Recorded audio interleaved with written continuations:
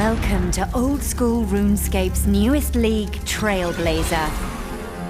A 2-month-long journey where everyone plays as an Iron Man, paving their own unique path through Gielinor. You'll start out in Misthalin, where it all originally began, and Karamja is a free unlock. Complete tasks to unlock further areas, but think carefully.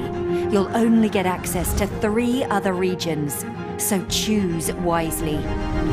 Tasks can be as simple as defeating a goblin, or as difficult as winning a specific reward from a challenging boss. And the more tasks you complete, the more points you get to spend on powerful relics. Relics range in ability from Tier 1 to Tier 6, and one of the first choices you'll make is deciding which starter relic to receive. The Endless Harvest relic doubles the resources you gather from fishing, woodcutting, and mining. Plus, everything you gather will provide additional experience. And if you lack the space in your inventory, your wares will be sent directly to your bank. The Production Master relic, meanwhile, will process all items immediately and award full XP when performing a number of tasks.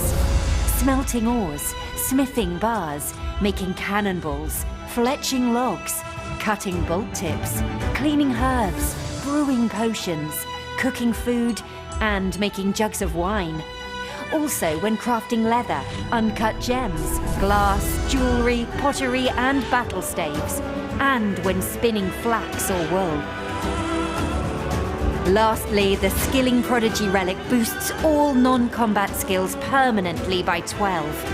If they're boosted beyond that or drained below it, they will eventually restore once again to this level. Plus, as you'll be wanting to get about as quickly as possible, as a bonus passive lock, your run energy will not deplete. This is all just the start of it. Relics come in all shapes and sizes. They can offer XP boosts, buffs for combat prowess, additional luck with drops, or even specific skilling buffs. And if that's how powerful Tier 1 relics are, you can only imagine how powerful Tier 6 will be. Those who manage to become one of the top Trailblazer pioneers will be handsomely rewarded. Some of these prizes will help you in the main game, while others will be handy in future leagues. So as you can see, there's plenty to play for.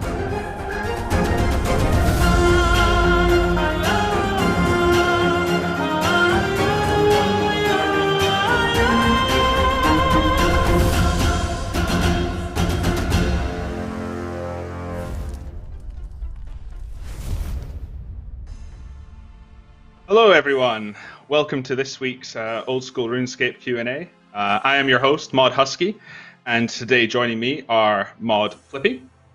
Hello. And Mod West. Hello.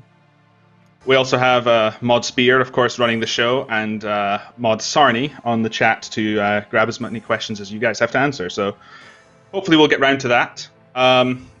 This is mostly going to be a Trailblazer sort of Q&A, but the questions we've got, I think we'll get through them fairly quickly. So we should have enough time at the end to answer your questions. Going through the announcements first. You all just saw the trailer there. Leagues 2 Trailblazer. The release date is the 28th of October. Type !leagues to see the video again if you want to. And type !wallpaper to get some awesome league maps to use for your backgrounds, which we'll look at together in a moment. We recently published September's Gazette. Type !Gazette in the chat. That's 1 Z and 2 T's. Where we talk about changes to our roadmaps, an insight into Leagues 2 Trailblazer design, and we introduce you to a new JMod, and our sort of usual update on all active projects, and about porting content from RuneScape to old school RuneScape. Also, Prime Gaming is here. Type !Prime in the chat to get 7 days of membership when you link your old school RuneScape account to Prime Gaming from now until October the 13th. So, moving on to introductions. How is everyone today? Good. Well done. This is your first time hosting. Nice job. Thanks. Yeah, I'm good too. And yeah, you've done a great job, sir. Cool. Yeah, I think we're all just great anyway. Yeah, I'm I was a bit nervous at the start. I'm like, I haven't hosted, but then like, you know, Mod Sween put together a nice little page for me with just some bullet points to remind me what I need to talk about. So, you know, basically he's doing the work for me. Nice. What did you guys all get up to this last week? We'll go with we'll start with Flippy first for most of these questions so that we don't talk at the same time. I'm not sure, dude. The last week has been like a blur. Played a lot of Rocket League for some reason. Got kind of back into that. So I'm climbing out of gold towards platinum. That's about it. Nice. Yeah, I've not really done much either this week. Started reading a new book. It's called Dune. It's quite old. That's about it. Sick.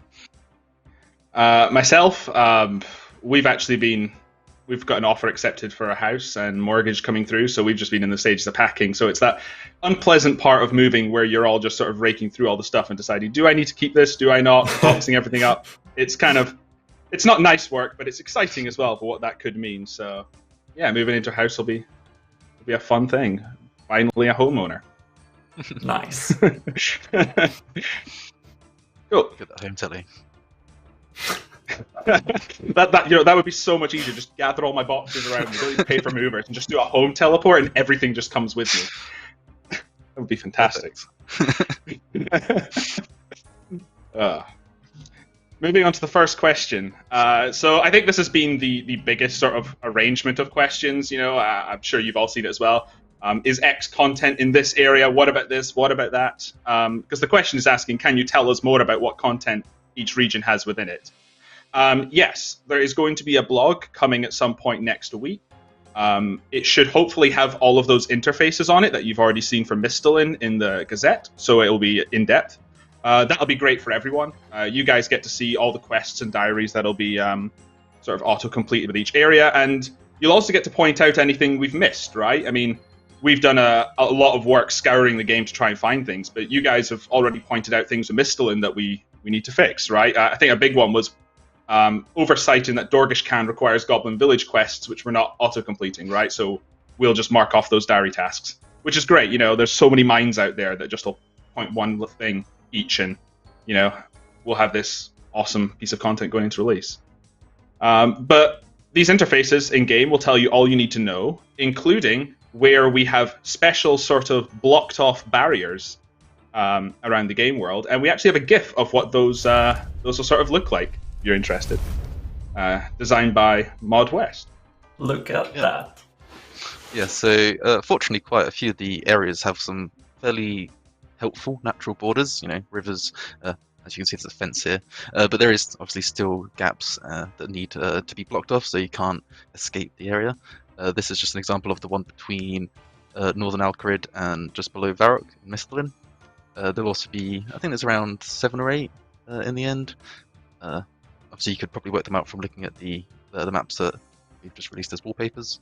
I think the largest one is the one between that sort of awkward area between Misthalin and Asgarnia. It's got just the northern part of Falador, Draenor, and like the southern part of Barbarian Village. But it's not really a path that many people take, so it shouldn't really get too much in the way. But yeah, they're all roughly this size. The design of them, I wanted to go with something natural that seemed like it could have been maybe like just by magic pulled from the ground, so, you know, bits of rock, roots, and then of course that sort of magical barrier that sort of explains as to why it's not quite accessible at the moment until you unlock it. Yeah, there's also like symbolism on both sides. So as you can see, we're looking from Alcarid into Misthalin, so we have the glowing Misthalin symbol there. If you were to look at the other side, you'd have the desert or the Alcarid symbol there. So yeah, these are the barriers that block off each of the regions.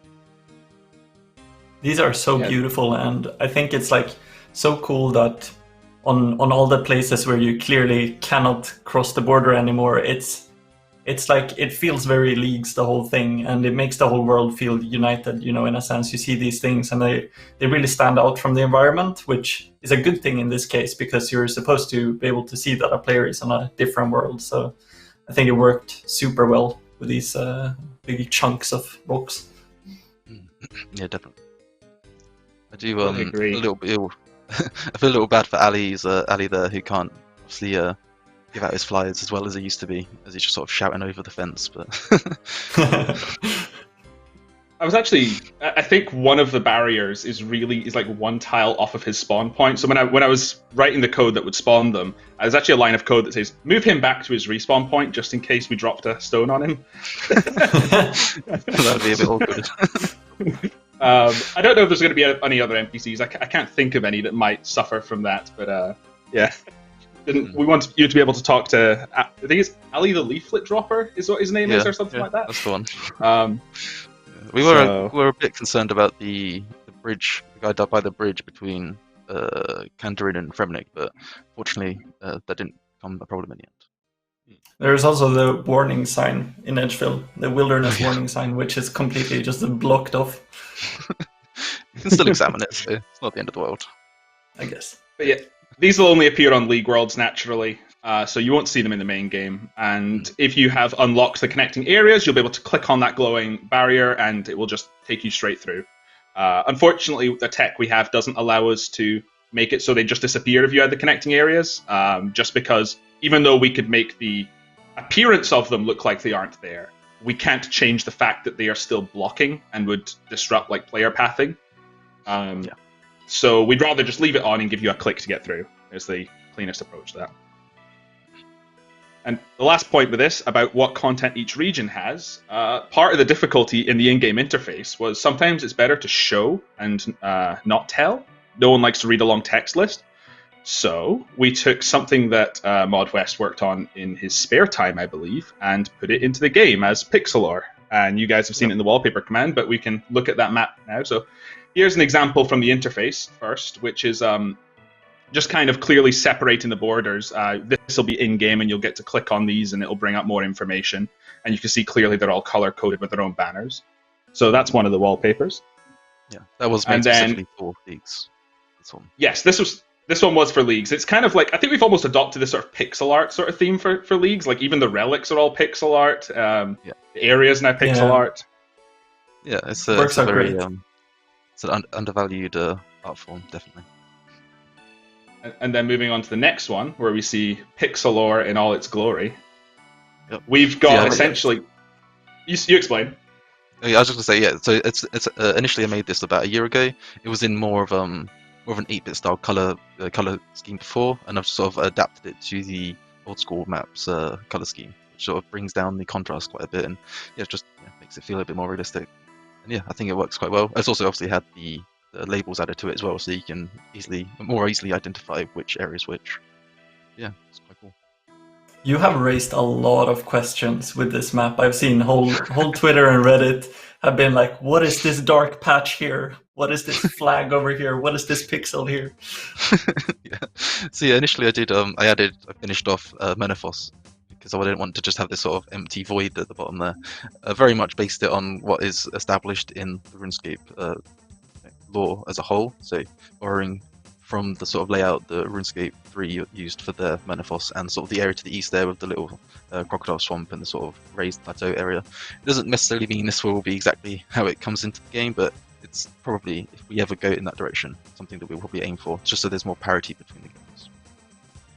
Yeah, I think it definitely adds to it to complete it, as opposed to just having black boxes like we have in our current world map. You think? It is the final one, I believe. So it is, and these are all sick. I actually have both of those as my wallpapers, one for each different monitor now. So nice. Sick. If you want those type exclamation mark wallpaper in the chat, thank you Mod West for being awesome. West is best. West is best. It's glad to finally see it in game. Cool.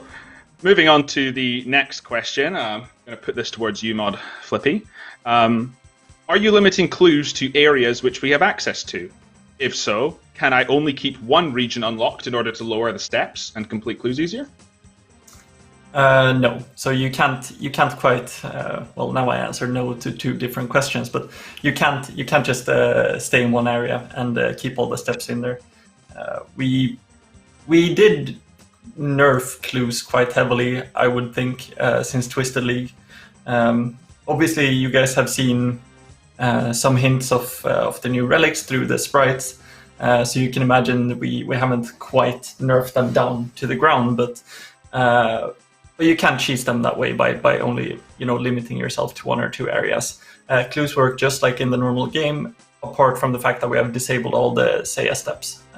So that's the only difference, really.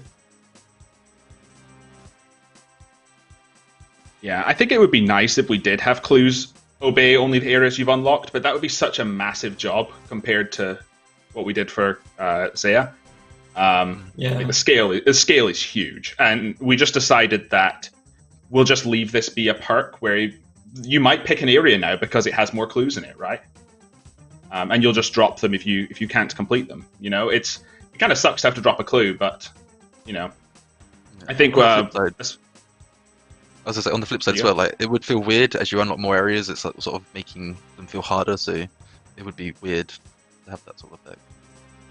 Yeah, I agree. And I always envisioned clues as kind of a side thing, which is always good to do and always beneficial in terms of points. But I never imagined it being, a main strategy the way it was for some people in Twisted League. And when it creates really awkward scenarios, like in this case, if you would only unlock an area and you wouldn't actually want to unlock that second or third area, it gets weird, right?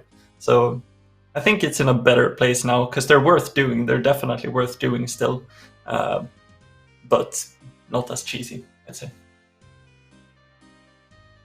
Cool. Next question then.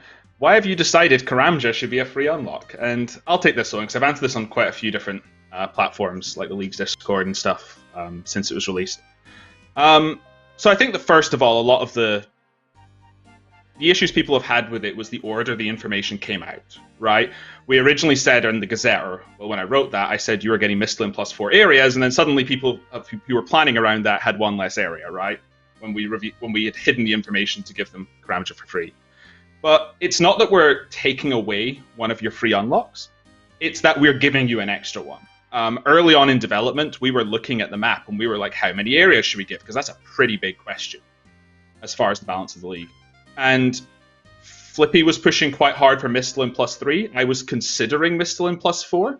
But when we actually looked it down and broke down like what you could get with 4 areas, you were getting very close to sort of end game setups in gear in some cases. And we don't want to unlock too many areas because it becomes less of a personal thing. Right now, we want the areas to feel like this is your personal set of 3 areas and they could be different to someone else's. If we unlock too many areas, it feels more like what didn't you pick as opposed to what you did pick, right? Karamja, however, when we went and evaluated it, we were looking and saying, even with Misthalin plus 3, no one is going to pick Karamja. Right? What content is actually on there to do? There's the Brimhaven Agility, there's the Tazars for their drops, an Onyx, Fight Caves and Inferno. I think just Karamban fishing and a few other small things like that, but there's nothing huge. And when we started making task lists for each area, Karamja had significantly less points than any other area, right? Because we look at the content and we make tasks for the content that's in the area, right? And when we were talking about this, we did a big review of Twisted League and what we did right and what we did wrong. And a lot of people just kind of logged in, completed a task and logged off. We wanted to make sure that we taught players what the core gameplay loop of leagues were. So that is completing tasks to unlock relics and to unlock areas. So because of that, we thought it was a sort of good opportunity to say, let's just give Karamja as part of the tutorial so that that new players, like new players to League specifically, not new players, understand how to unlock an area, where to get that information, etc. Right? It just feels like a more natural sort of gameplay experience. So I guess I don't know if any of you guys want to say anything else on that, but on that is that like we're sorry that the information came out that way and if it's caused any discomfort. But I've seen a lot of people say, if I just had one more area, this choice would be really easy. And if anything, that kind of backs up our choice, right? We don't want this to be an easy choice. We want you to really think and try and weigh up which areas contain the content that you want to do the most.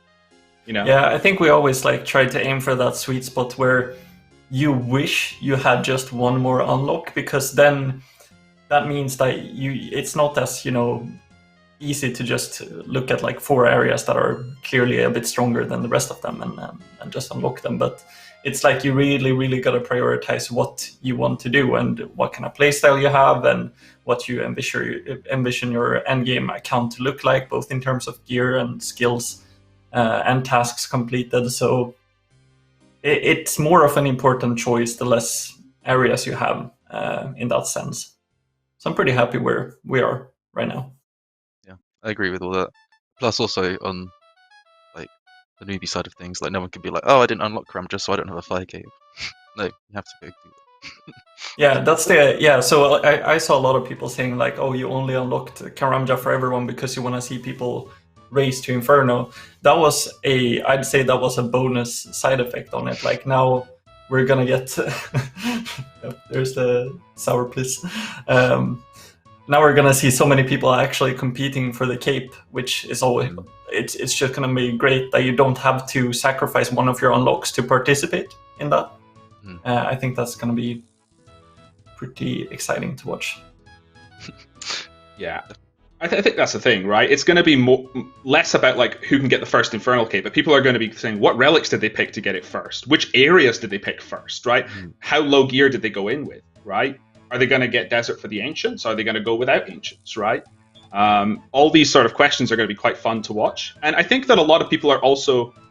I think people would have been in the boat of, I'm suddenly way more powerful than I am in the main game with these relics. I'd love to try the Inferno, but I don't want to waste an area pick to do it, right? So I think this actually is way more beneficial to a lot more people and not just streamers, you know?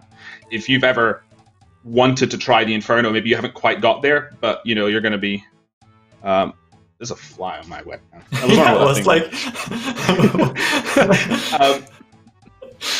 You know, you might actually try the Inferno now with these really powerful relics, and it'll be good practice for the main game, perhaps, right? You know, if you play the league enough and get strong enough to do that, so...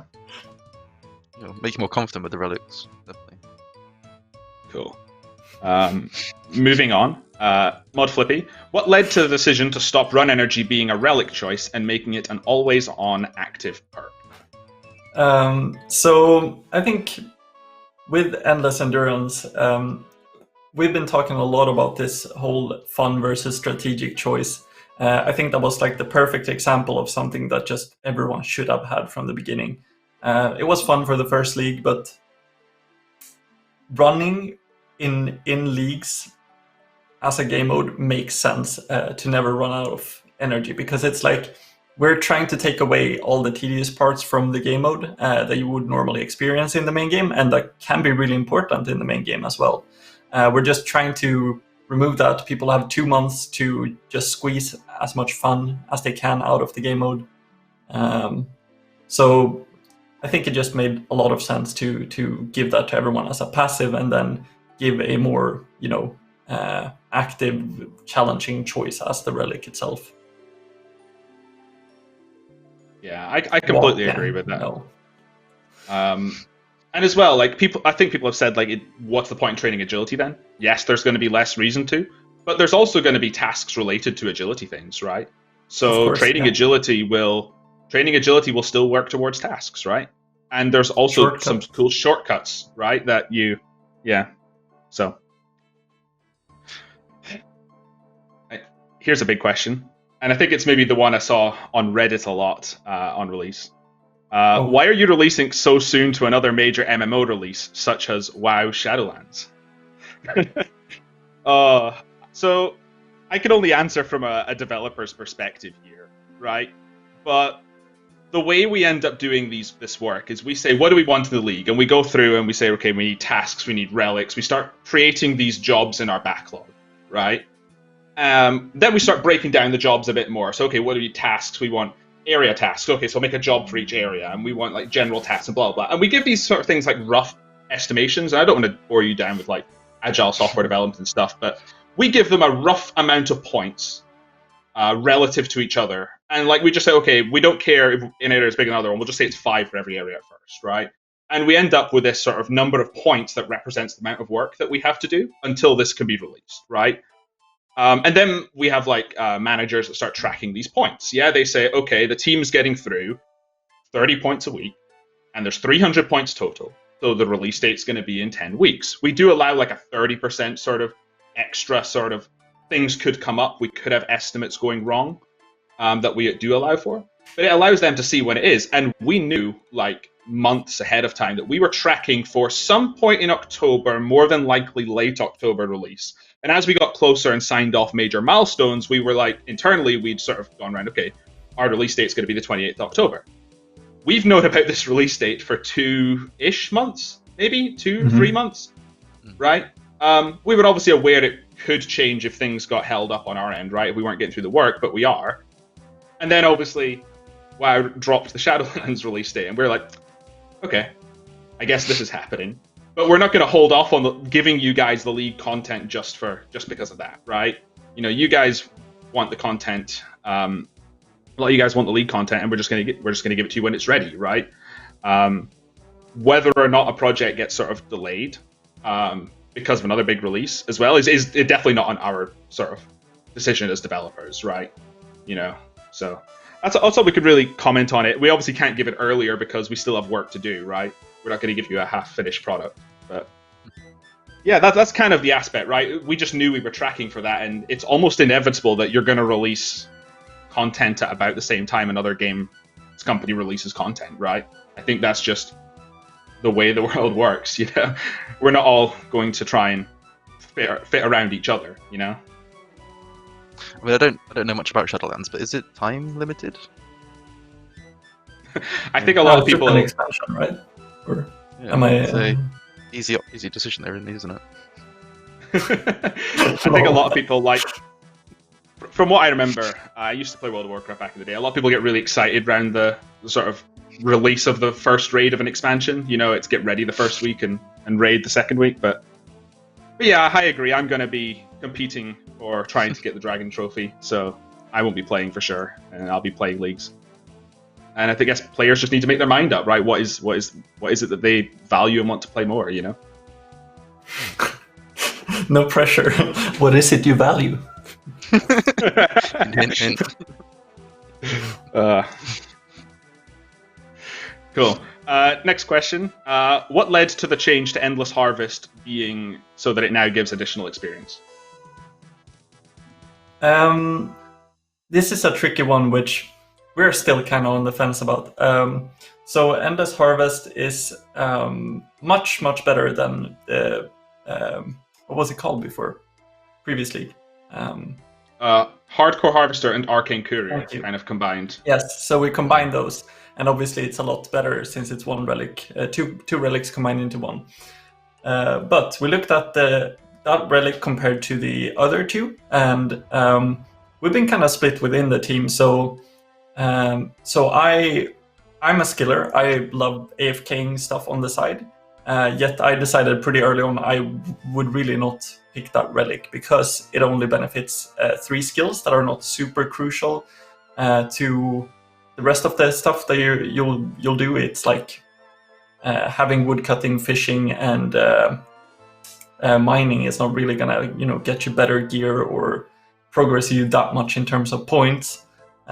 So I thought that looked a bit on the weaker side because of those reasons. Now, Husky thinks that relic in particular is a bit stronger. So we've both been kind of on the fence of where to put it, and we decided that maybe pushing in that extra XP would make it more competitive towards the other 2 relics.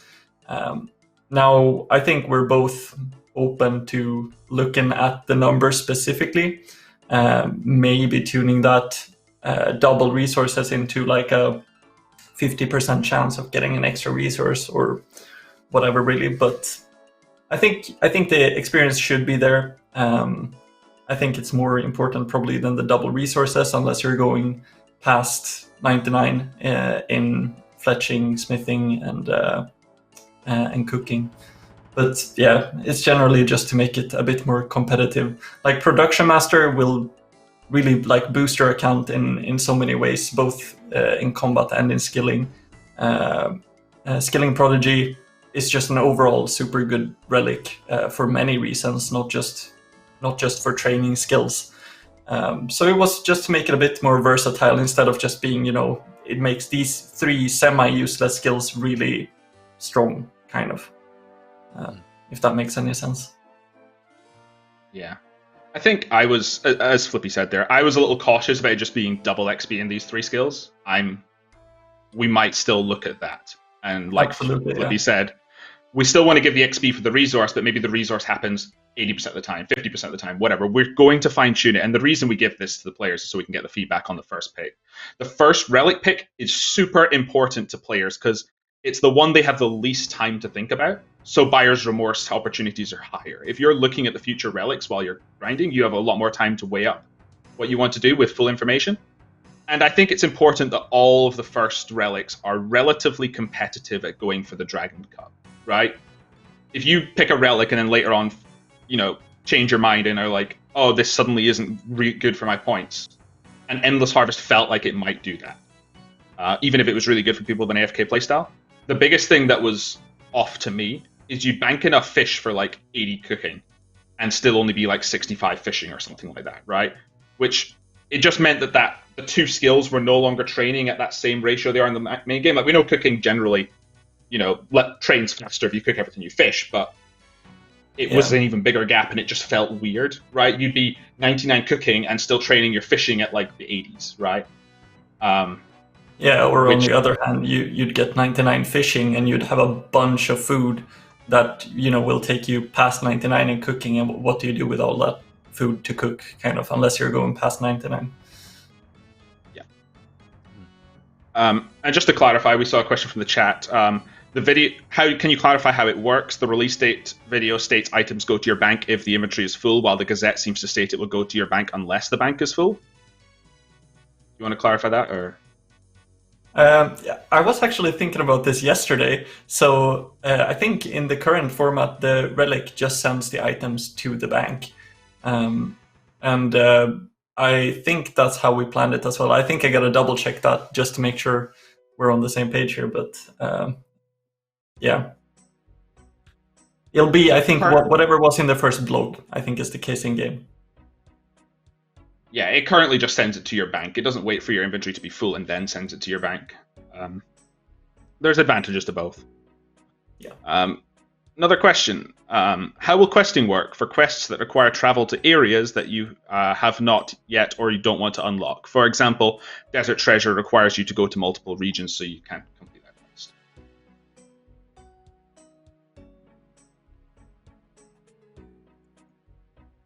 Do you want to take that? Yeah, I can. I was going to leave it open for any of you guys, but some quests are auto-completed with the areas when you unlock them. Desert Treasure is auto-completed when you unlock the desert, so you'll get Ancients just immediately upon getting the desert. You'll still have to go to the pyramid and change your spellbook, but that's how that will work. Some quests will just be impossible to complete. I think we worked out that Recipe for Disaster is actually impossible to fully complete. We could be wrong, but I think you come up one area short. And that's fine, because we don't make a task for it. There are going to be some quests that require multiple regions, and it might just be a cool niche that if you unlock those specific ones, you complete that quest. A good example is Dwarf Cannon requires Asgardian Kandrin, and we're okay with that. We just wanted to give you quests for significant pieces of content, right? And not having Ancients because you need like 3 specific areas just felt off. And as a lot of people have already pointed out, Desert would be struggling, I think, if we didn't make it give you Ancients, right? We're already looking and we're aware that we might want that, like all the areas are about the same amount of points, but Desert just has the least content for people to do. It's like Mage Training Arena, Sorceress Guardian, Calphite Queen. It has like Dust Devils, I think, on the Slayer list, which would be cool, and then like Pyramid Plunder and stuff like that. So like there isn't actually a ton of content, but there is some. Cool, this has been a popular one. Are you concerned about overcrowding at places like bosses? Yes, yes we are. And we're having a meeting tomorrow, I think, about it. So this is obviously a question that has popped up a lot for good reason. Everyone is an Iron Man, everyone is forced to stay within a few worlds. So it's something we've been discussing here and there. We're going to have a real meeting just dedicated for this question alone tomorrow. and we'll see which approach we take after that, really. We've been discussing instances, we've been discussing tweaking the damage you need to deal to get the drop, or for someone else not to get the drop. So there are stuff we could look into other than instancing, but of course we're still leaving that as an option. It's just a pretty big job to take on at this point. Yeah, I think the biggest one with instances for me is how much work it is. And with a release date already set, what would we not do for us to slot in the work to do instances, right? Yeah. That's the question for me. There's a slightly less good potentially for the players, but just as effective approach to crashing, which is prevent people from entering a boss room if someone else is there. Although that has other big problems because, you might have someone camping for a very long time with brews, and it might just be annoying to have to wait for a long time for them to finish. So we have that meeting tomorrow. We're going to look at all the pros and cons. We might decide to do instances. We might decide a middle ground. We might decide to do nothing, but we'll let you guys know what we decide before the release of it. Yeah, I mean, it's also worth mentioning that people will be choosing different areas and in different orders as well, so that will help with the overcrowding. Yeah, I think the number of worlds is definitely a tool we have at our disposal to help that, right? And it's hard to tell because sometimes it just depends how popular an area is. If 50% of players have picked Asgardia, God Wars is a problem. But if only 20% have, maybe it's not, right? Yeah. Plus, I think something that is easy to forget is if you take the plows, for example, is that even how you pronounce it? Good. The plows in Seiya, that was super crowded on launch because, of course, you get the biggest spike of players the first few days. But when we're looking at stuff like God Wars, or endgame content in general, you'll have way less players getting to that point. And people might branch off as well. Everyone needed to go to the plows, but not everyone will take the PVM route. So there are a few filters along the way of picking that area, choosing that route, and then actually staying in the league for that long. So it might not be as big of a problem as we think now, but we still need to talk about it. Yeah, for sure. I want a team stance that we say to the players, and this is what we're doing, and more importantly, why, right? Cool. And yes, that was confirmation for chat. People picked up on that. God Wars is in Asgardia. We've said that to a few places. It'll be in that blog next week anyway, but that's what that little tail at the top of Asgardia is. Cool. Will you be making any significant content changes during leagues that might alter the meta partway through? Flippy. No, we'll try our best not to, at least. So the only things we're really looking into changing at any point is bugs. It's we're happy to hotfix stuff that goes wrong because we have designed this game mode in a certain way, and if we, for whatever reason, either our code breaks or something we haven't thought of is abused or whatever, we can hotfix that. But general changes, like we did a few times last league, we're going to try to avoid this time. So we want everyone to kind of start on the same page, and that's the rules that everyone will be following throughout the entire league, so that we don't come in midway and tweak something and then whoever starts at that point gets a unfair disadvantage or whatever. Yeah, I think the biggest one people see with this is lockpicks. In the last one was a big one. I think that in hindsight, we should have caught lockpicks before release, that it was required for the diaries and stuff, and that was an oversight. And after release, perhaps we went about it the wrong way of putting it onto scavengers, and maybe should have made the more implink spawn at a slightly higher rate or something like that. So it doesn't change the meta, but just there's maybe a bit of an overcrowding sort of measure being put in place or something like that. But hindsight is 2020, right? It's sometimes you just need to make a decision and go with it, right? And I don't think it ended up being terrible. It was just that little sort of slap to people, I guess, that realized that meta and went and trained their hunter and did that ahead of the curve, right? So we can only apologize. It's just more out of principle to set a standard for how we deal with those issues. I think at this point we realize that it's better that just everyone has to live under equally unfair circumstances instead of making a small tweak mid-league. Cool. Next question. Is it possible that we might see crutch locations being a problem? I imagine a few people want to unlock Taranwin for Zulrah, then realize they need the desert to unlock to create darts. So it's absolutely possible that both us developers and players picking an area might have an oversight as far as something. We are obviously going to try and fix as many of them as we can ahead of time. But some of them are just okay to be sort of the good strategizing and thinking your plans through all the way. Even if you did pick Taranwin and realized the blowpipe, for example, might not be as good if you can't make darts, it's still a relatively good area, right? We're still making, one of the things people ask is how we're balancing the areas, and the answer is that we're making sure all the areas are as close as we can do without inflating points across particular areas too much, that each area has about the same amount of points available, right? It just becomes what content you want to do. So the Zulrah Darts one is one we're considering. The question would be whether or not we give Tourist Trap as an unlock to Taranwin. I'm leaning towards no, but I'm more than willing to have that discussion with Flippy and the rest of the team when we get into the balancing part, right? Because that's what we're moving on to over the next while coming up to leagues. It's all just play testing, balancing, making these last sort of minute decisions and tweaking things, right? So, yeah. And personally as well, one of the things is Desert doesn't have much going for it. So I quite like the fact that that is one of its benefits, right? That if there's that cool sort of combo between Taranwin and Desert where you have a blowpipe, right?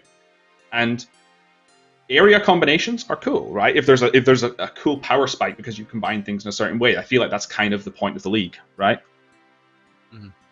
It doesn't lock you out of darts completely. There are awkward ways of getting hold of some if you really need to do without Desert. I mean, it's also a nice little sort of limitation on the blowpipe itself. It's already quite a powerful weapon, so having that, especially when paired with some of the relics, probably a good idea. Mm-hmm. And blowpipe isn't required, right? People forget that, right? Like there are part of leagues is making do with what you've got, right? So look forward to seeing the metas that come out. Yeah, same. Next question. How are you approaching what could be perceived as a bottleneck in content? For example, if a quest requires an item sold in stores, or an item is dropped by very few monsters. There's no one good way to deal with bottlenecks, really, or even identifying them, which is why we missed stuff like the lockpick or the battle staffs that we increased for a shop. It's like this time we are planning to increase stock refresh rates a lot faster, the same way we did in Twisted League, and that's something I think we're doing globally this time around. But that's about it in terms of like harsh changes for bottlenecks. It's really difficult identifying in beforehand exactly where they will appear and how bad it's going to be. But we do our best in that, and I think the shop changes will make a big difference alone. We have a whole list of items that automatically restock when a shop's opened. One of them is blood runes, which I saw people type as a concern for limited. We can always add things to that, and we may consider adding things like after like the release of the league and stuff, you know, if they get really bad, but we'd like to do it beforehand. And it's why, like I said, we're going into balancing, we're going into playtesting. We have sort of jobs assigned to ourselves to try and identify things, right? We're all going to try and play. Like maybe I'll say to Flippy, hey, go and play, but unlock Mauritania as your first area and tell me what problems you run into, exactly. Right? Or things you think could be a bottleneck, right? Whereas I'll be trying Asgarnia as my first area, and someone else will be trying Wilderness as their first area, right? That sort of thing. Next question. With skilling Prodigy, will you be able to receive Slayer tasks 12 levels above your base level, such as an Abyssal Demon task to kill Sire at level 73? With the Slayer in particular, no, you can't do that. You can kill an Abyssal Demon, for example, if you boost before you hit that Slayer level. So you could boost with a Wildfire, for example. Oh, wow. Okay. Nice. Didn't even realize. But you can't get the assignment, unfortunately. So something like Kraken will be locked to everyone, no matter Relic, until level 87. Yeah. I did consider it when I was doing the League Slayer lists, but it feels like just we shouldn't make weird exceptions or around the relics like that when it's not what players expect the gameplay to be. Cool. Moving on to the next question. Are you guys able to reveal the doability of Mahogany Homes? For example, our Hasidius contracts barred. Will someone with Asgarnia and Kandarin then be able to do them? Will it assign contracts for unlocked areas? Long story short is we don't really know currently. One of our remaining jobs is to evaluate all content that has come out since we designed the league, because at the time, Mahogany Homes was in its early design, so we didn't make tasks for it, right? And we didn't factor it into the area balance. We'll eventually go through and decide either we allow it and we make exceptions for it or whatever, or we disallow it. And if we do allow it, we'll probably add tasks for it or something like that. And maybe that decision comes down to, does that area need more tasks? Right now, my gut is saying we'll probably not allow Mahogany Homes, or that would be what my right now thinking is. We'll probably just disable getting contracts on League Worlds, because there would be a lot of tasks we could do for that, and Asgarnia is in a relatively okay place, and locking it to areas you've unlocked might just be a bit too much QA work coming up to release when we'd rather QA was focused on other things. But we can always discuss that later on, right? I mean, in terms of like comparing to the treasure trails, it would be a lot easier to implement. But yeah, it's the tasks and the other complications that come around with it. Cool. I'll try and fire through these questions quickly if I can, so we can move on to some chat questions. Will Lunars be locked only to Fremennik region, or will someone who gains access to Dragonslayer 2 and its prerequisites, along with the Magic Cape, be able to access Lunar spells? I actually had to go speak to the person who made this question. Hi, Shardo. They're basically asking, Myth's Guild's part of Kandarin. You need Dragonslayer 2 to get access to Myth's Guild. So if I got Dragonslayer 2 by unlocking Kandarin, would I get Lunars? The answer is no, because only Fremennik is going to give you the unlock of Lunars. So you need to unlock Fremennik to get access to Lunar Spellbook. But theoretically, if another area had given Lunar Diplomacy, it would have allowed you to do it through the Spellbook swap. We just intentionally made that design decision to make Lunars be a benefit of picking Fremennik. And the same goes for the Ancients. Yeah. Next question. Will the drop rate modifier affect Theatre of Blood? If so, what happens if people in the raid have different multipliers? Libby? Well, you programmed this, but I vaguely remember you saying you made the party leader affect the drop rate. So it won't matter what anyone else has apart from the party leader going in to TOB.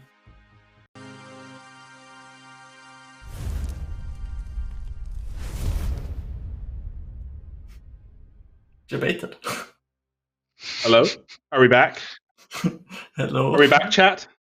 I think we're back. Press 1, 2, 3. I'm watching an advert. I see a couple of debated, so they heard you say that. There we go. Okay, perfect. Cool. We're going to run over for an extra 5 to 10 minutes or so to answer some of your questions, chat, so stick around for that. But continuing from where I was, the question was, will the drop rate modifier affect TOB? If so, what happens if people in the raid have different multipliers? I basically said the party leader is the only one that affects it. It's on the Mauritania interface, and you won't be able to get multiple purples per raid. I tried looking into it because it'd be fun, but it was a substantial rewrite of Theatre of Blood's core loot code that just felt unnecessary, when the effective thing that was going to happen is, I think a Deathless raid is somewhere like a 1 in 3 chance of getting a purple, which is pretty pug, if I'm being honest. So Indeed. So get yourself a try-hard friend that you can partner up with and do TOB. yeah. So, we're going to see people with scythes going around, as opposed to Twistedly, where we saw like 20 T-bows. Cool. Are any other realms, such as the Enchanted Valley, included in Misthalin? Yes, any of those strange realms that don't really have a place that they can be easily defined are counted as Misthalin. The Gorak Plane, Enchanted Valley, the Cosmic Plane, the Fairy Queen's headquarters, to name a few. Obviously, fairy rings that go to like an above ground place or a dungeon place or whatever that's already in another area, it's counted as within that area. Will we get a list of all the relics before Trailblazer League starts? Libby? No, is the short answer. I think last league we did release them around update time, and I think we're planning to do the same currently. So in theory, 30 minutes before or so, but otherwise you'll have to wait. So what happened last time was they didn't know until the game started, then Wiki data mined them and leaked them. Yes. So, but instead, I think we still put out the tasks before, right? So yeah, what we were planning to do last league was we were planning to reveal the tasks only when the news post goes live, but it turns out that there was a video that we didn't realize on the dev team that scrolled through all the tasks really quickly, and you guys were pausing frame by frame to get them all. So we'd already given the wiki team the tasks at this point, so we just said, you guys just release it now to save players the pain of going frame by frame through it all.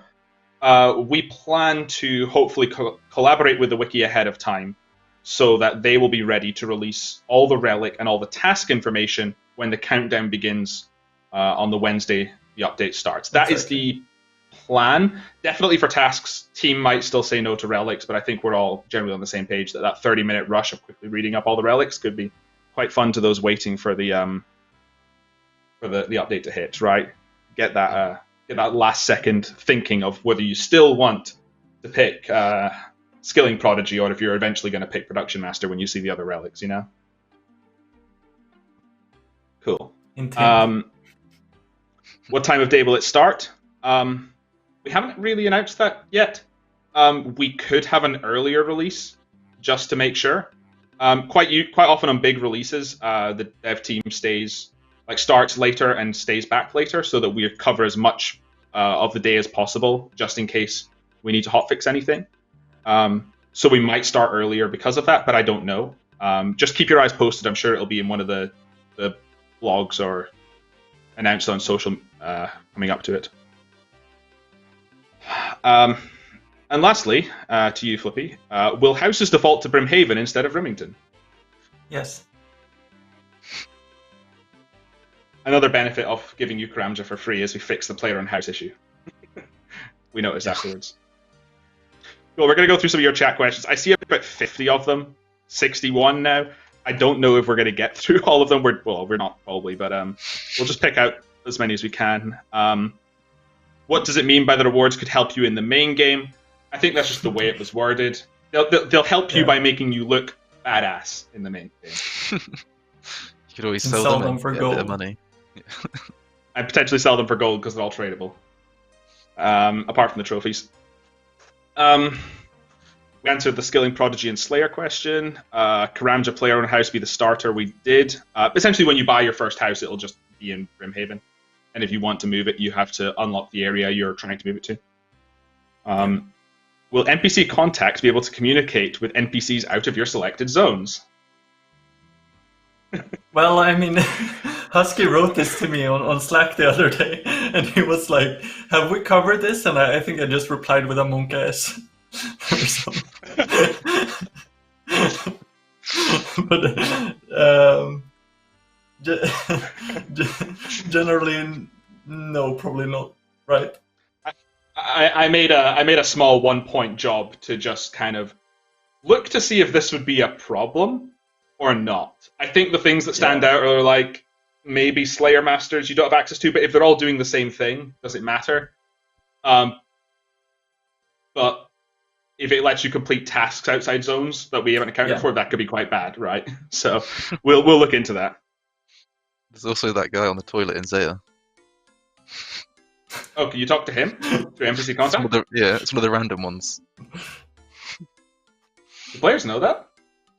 I think it was hinted at with the it's in the Hasidius region. You can go talk to him, and I assume he has the same chat head. Fair enough. Is it safe to assume that the big quests that require multiple regions will be unlocked from the area we start the quest in, i.e. Desert Treasure to Desert, King's Ransom to Kandrin, etc.? For the most part, yes. I think both of those are correct. I think you get King's Ransom, but you don't get the Nightwaves trading ground thing. You still have to go and kill the knights. And Desert Treasure is still locked to Desert. But again, you'll get more information on that next week once the blog goes out that tells you all the quest unlocks. And I'm absolutely sure the community is going to point out and be like, should you not unlock this quest, or should you, we'll obviously adjust them before release if need be. Will we get Dragon Slayer 2 unlocked at tier 6 or something to unlock Addy/Rune Dragons in Misthalin? In order to kill Addy and Rune Dragons, you need to unlock Fremennik to get access to Dragon Slayer 2, because that auto-completes there, and that will unlock them in Misthalin. So the place you kill the dragons is counted within Misthalin as far as whether you're allowed to be in that area. But yeah. And I see a few chat questions about Song of the Elves. Yes, that's unlocked with Taranwin. So as soon as you unlock Taranwin, you'll be able to do Elf City stuff. But you'll still need I think it's 70 mining or something for Zelcano. Maybe 70 mining, 70 smithing, off the top of my head. So you'll still need that, and Gauntlet will still be difficult, but lower combat Gauntlet with relics should be fun. We covered the tourist trap and Taranwin thing. We'll look into it, but currently no. Ice gloves for Infernal Eels and Blast Furnace. We don't plan to give you ice gloves, so if you need them for any activities, you'll have to get them. But Blast Furnace, there's a bucket, so you can use the bucket. Will diaries be auto-completed? Some diary tasks will be, some won't. The interface will tell you. We only be giving clue steps. We covered that. If we complete Daddy's Home, what player and house location will it unlock? So that's the mini quest attached to Mahogany Homes.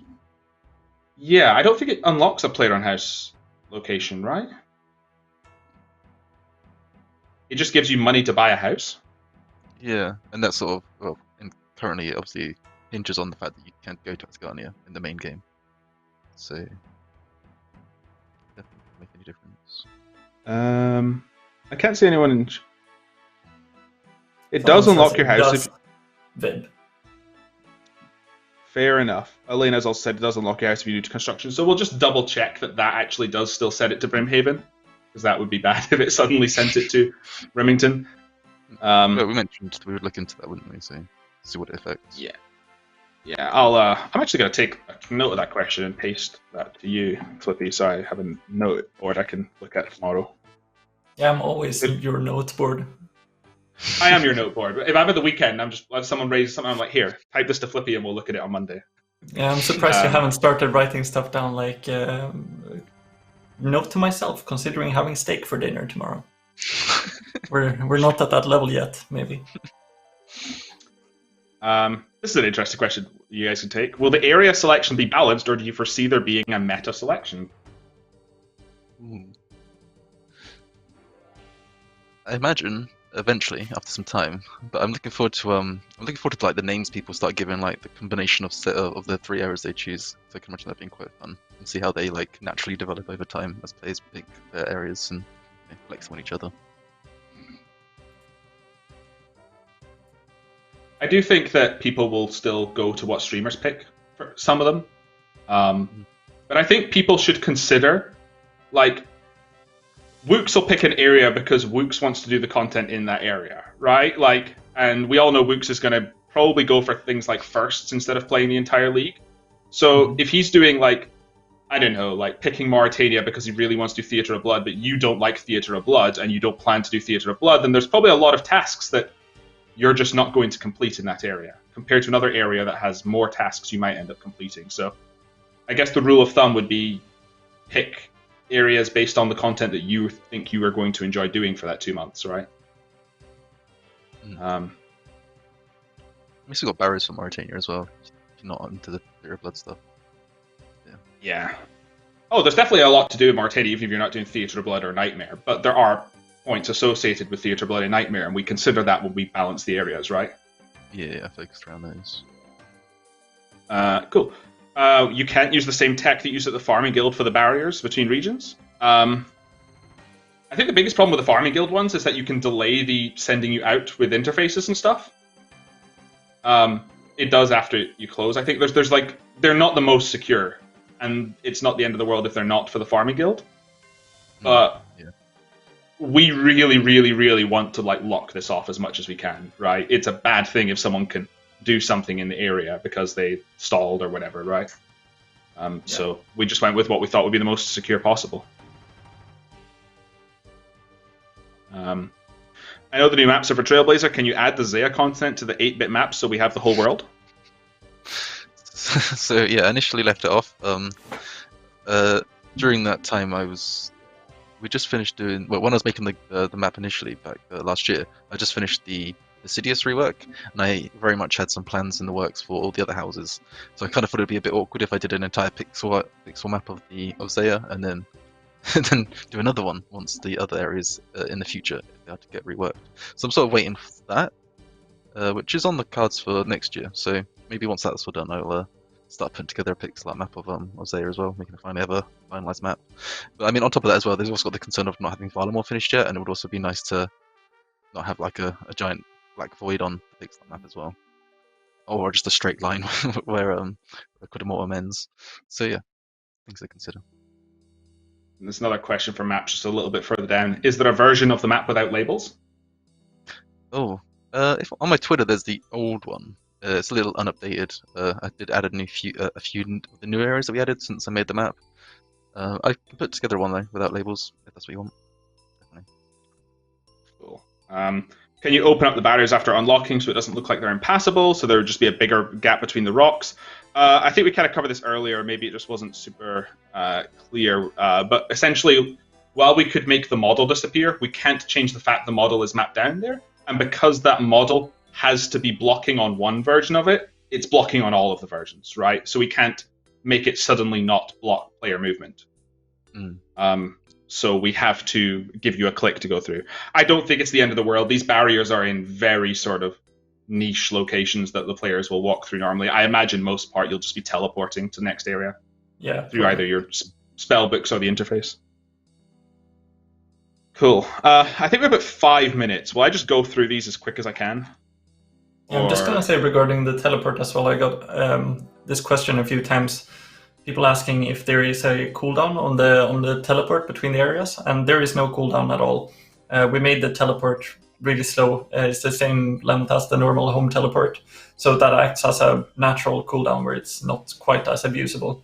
I don't think any of the locations, apart from maybe Canifis, is very close to a bank either.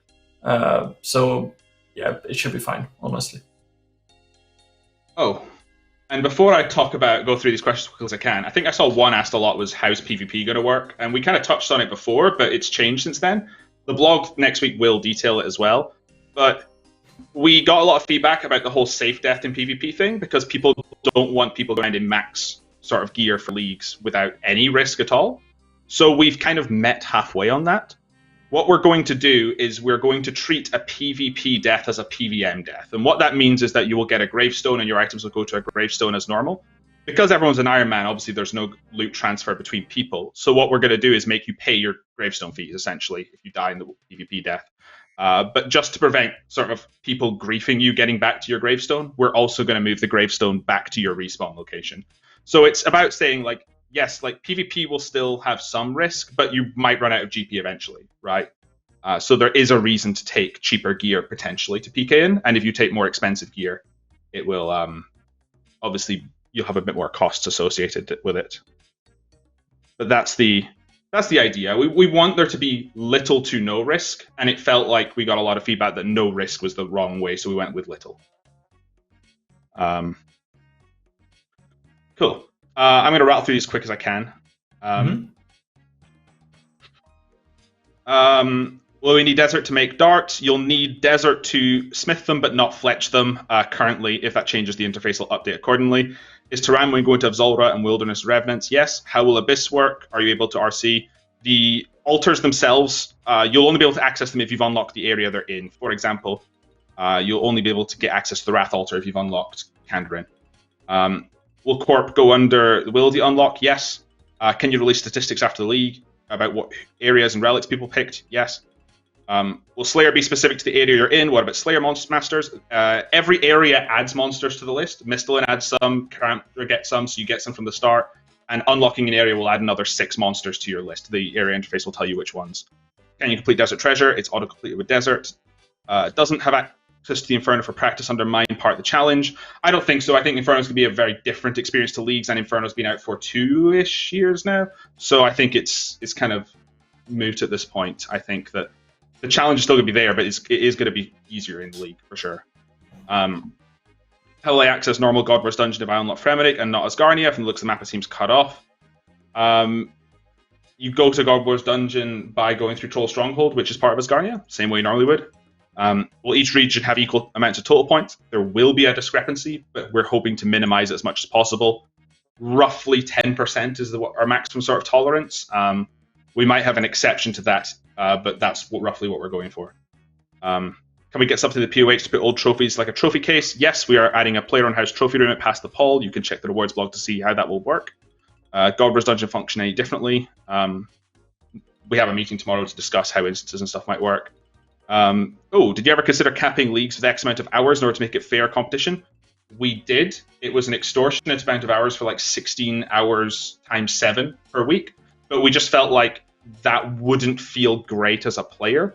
Yeah. And I guess it might be the case that this person is asking not to combat, account sharing and stuff, but it might be, maybe they were thinking more King of the Skill, like in terms of capping hours, and that I am at least pretty or very much against, like really limiting the hours you can play League, or Leagues, I should say. God, I play League of Legends. I love Leagues. I work with Leagues so much.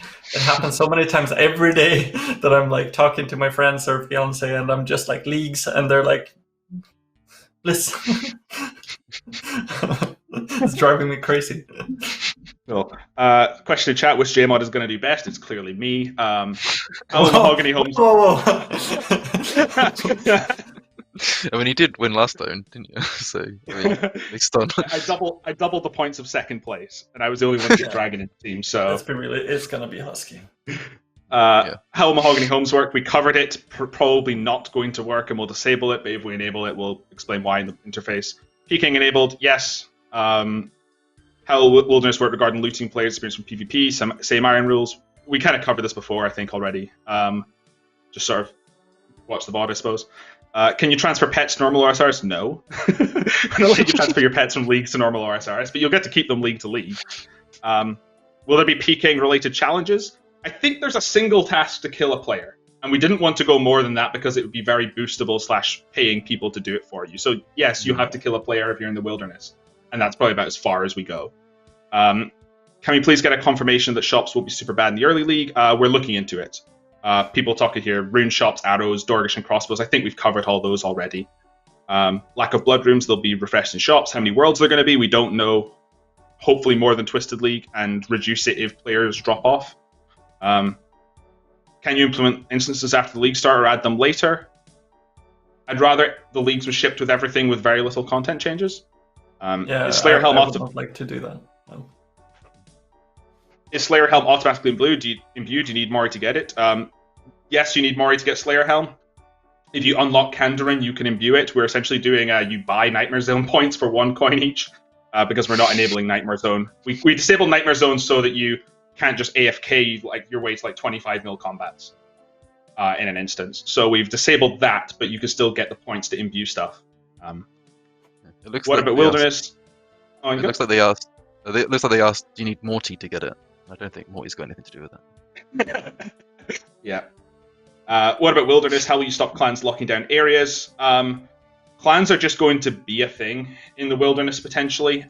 There's not much we can do about it. There's a question about it being emerging gameplay and stuff, but we're okay with it because Wilderness is an opt-in thing, and it's like all the areas are equal points. So do Wilderness if you like the PvP content and are wanting to deal with clans and wanting to go with that sort of thing. And if you don't, then don't do it. Is how we go. There's like little to no actual PvP tasks. So it comes down to that. It's completely unreasonable for us to look into that problem in leagues when it's already in one way a problem in the normal game, or some players see it as a problem. So anything that is a huge fundamental problem that we have in the normal game, we will probably never look into fixing for leagues specifically, unless there is like a easy fix because of the game mode, of course. But yeah. Can we have instances the way when people in chat could join us, go God Wars Dungeon with bosses and friends? That sounds like a main game question as opposed to a leagues question, because you wouldn't want to do it with friends in leagues, because neither of you would get the drop. Instances to God Wars would be quite big to the economy. I don't think we are looking to offer that anytime soon. Yeah. I think instances would need the right implementation, if anything, for God Wars, and I can't think what that would be, right now. But who knows? How are you making people start the same, but giving people Mithril plus lastly bonus to start the league? Oh, you're giving starting items. Yeah, okay, we fixed this. You're getting cosmetic gear now instead of gear with stats. So we're giving you the cosmetic, like the Twisted Relic Hunter gear that was the reward from the last league. You're just getting that in your Trailblazer accounts, depending on where you finish in the league. We also removed the league rank worlds, and we're making them participation worlds. I've seen a few people upset about that, but it was a compromise to what we decided to do. A few people on the team are not actually happy with league-to-league rewards giving any advantage at all. They should be more just a sense of progression of your account more than anything. So we'll look to that for the next league. But yeah, they were initially offered before anyone had really had their chance to get hold of leagues themselves and have a go, play around what it was going to be like. And now that people have that experience with Twisted League, so I can understand opinions changing over time. So it makes sense. Yeah. Where are people spamming F? They lost their rewards. Oh, okay. I thought we were down again. I was like, oh no. Cool. We're going to leave the incentive to do well in leagues, the spirit of the competition itself, and the trophy. We could look at review league-to-league rewards for the third league or whatever, right? And if we did that, it would be third league going into fourth league, and not suddenly retroactively add rewards to Trailblazer that you didn't know existed. We plan to review that in the future. How will Wilderness work regarding looting? Oh yeah, we covered that. It's PvP. You're an Iron Man, there'll be no loot transfer. It's treated as a PVM death, and your gravestone goes to Lumbridge, or wherever your respawn is. Is there going to be a fishing store in Misthalin, or are we going to have to unlock Shiloh? You have to unlock Shiloh. There's no fishing store. Part of the league is having restrictions. Or you unlock Asgarnia and go there. Will any more direct information be provided before release? Yes, there's a blog next week detailing each area.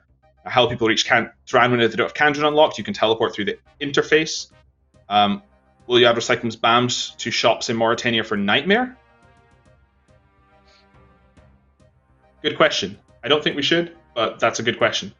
That is a question I will paste to Flippy for us to consider, because that is literally mandatory for the content. Here we go. Flippy. Are the underground areas available if they connect to areas such as Goblin Caves coming out to Calphite Layer? The underground areas follow the same restrictions as always, so that entrance to the Calphite Layer will require access to Desert if you're going from the Goblin side, or technically Misthalin, vice versa, but obviously everyone will have Misthalin. Can you go to Lunaris without unlocking Asgardia and get Draman Staff? You get a Draman Staff added to your account at the start, and if you lose it, you can reclaim it from the League's tutor. Do untradeable still go away if you die above 30 Wilderness? That's something I've been meaning to paste to Flippy for a while, so I will review that. But I think it's a PVM death, so I think they're kept. It's whatever happens currently in a standard PVM death above 30 Wilderness. I don't know what that is off the top of my head. Can you confirm whether boost stack or scaling Prodigy Dwarven Stout take you to plus 13? It would not. Will long diary grinds be helped by relics such as level 5 Barbasalt or Chompy hunting? I can't really answer that without going into what relics would be, because if I say no, you'll get a gist, and if I say yes, you'll get a gist. Some relics will help with some things in the game, yes. But Barbasalt is going to be a thing in the league, so that'll be fun for people who enjoy Barbasalt. Have you considered auto-completing Dragonslayer 2 at tier 6 to give Addy Green Dragons? We answered that no, you'll need Fremennik. Can you play Trailblazer main game on the same account at the same time? I personally would like this. I feel you losing progress on your main account is going to suck if you're doing that, but we don't have the tech to do that currently. Is another League Firsts board? Yes, there is. It'll have new League Firsts. So yeah, you'll be able to do those. Do quests give extra XP? Yes, quest XP is multiplied. Where does your death default spawn you to? Lumbridge. Will Fossil Island be unlocked for free since Bon Voyage requires Zaya? Yes, you auto-complete Bon Voyage with Misthalin. Is Dwarf Cannon auto-unlocked? Nope. You have to unlock both Kandrin and Asgardia. Can you explain how essence pouches work, and does everyone have access to the Abyss to repair them? Since you can only get them by being in the Abyss anyway, you'd have access to the Abyss to repair them. Right. And what are your starter relics? Last question for the team. I'm not sure. I need to wait for balancing, I think. Mine's more of a question of which one won't I choose, because I'll probably play 2 accounts again, because I want to try different things out. But I'm in in between not choosing probably the skilling harvester, maybe production. Probably picking skilling Prodigy, I think. Yeah, that's one I'm definitely picking. Unsure about the other 2. So yeah, I think people are right. I think you can get the pouches without unlocking Wildy. I'm just reading that. So if you can, then the pouches will degrade and they'll be worse. You want to repair pouches, unlock Wildy. And as for my starter relic, I'm torn right now between Endless Harvest and Skilling Prodigy. Endless Harvest just because I sometimes like to AFK things, and it's really good for that. Yeah. And maybe Skilling Prodigy, because I'm kind of trying to work out in my head how much of an advantage that would get me. Versus basically guaranteeing 25 mil fishing wood cutting and potentially mining with the other one. Disperse the chat, is Skilling Prodigy actually good? It's fantastic, right? I think people really underplay it. It affects 16 out of the 23 skills. You get shortcuts from them. And I think Wook's sent me a snippet of the XP per hour for, like, for example, pickpocketing Ardy Knights, and it's consistently a 40% increase in XP per hour until you hit 95, right? It's a really good relic, yeah. It's a really good relic for anything that requires your stat to success. Both experience-wise and stuff like Slayer. Anyway, that was all 66 other questions gone through quickly, so... Nice. Thank you all for joining the stream. I don't really know. I'm supposed to be the host. I don't know how to end this apart from today. I guess that's it. And we'll see you to discuss more League stuff in the future, I'm sure. I believe next week's stream will be a normal Q&A. So, Modsphere says bye, chat. So, have a good one. And we'll see you guys next time. Good job hosting, Husky. Bye. Yeah,